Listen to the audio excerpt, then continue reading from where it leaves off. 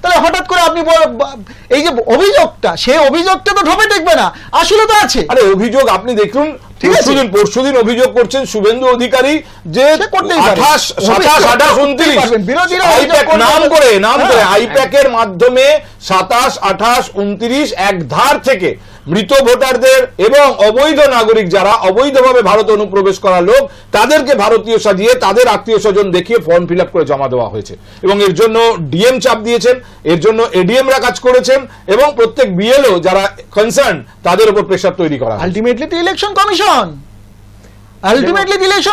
তো করবেন, election commission তো সমস্তটা দেখবেন, তারা বিএলও ঠিক করছেন, তারা সমস্ত কিছু দায়িত্ব দিচ্ছেন। এটা দিয়ে আপনি কি জাস্টিফাই করছেন আমরা যদি করেও থাকি বেশ করেছি?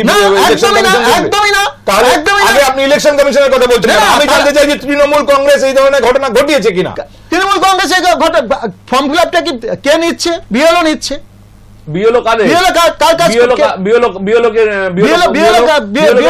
মানে রাজ্য সরকারেরই কর্মী।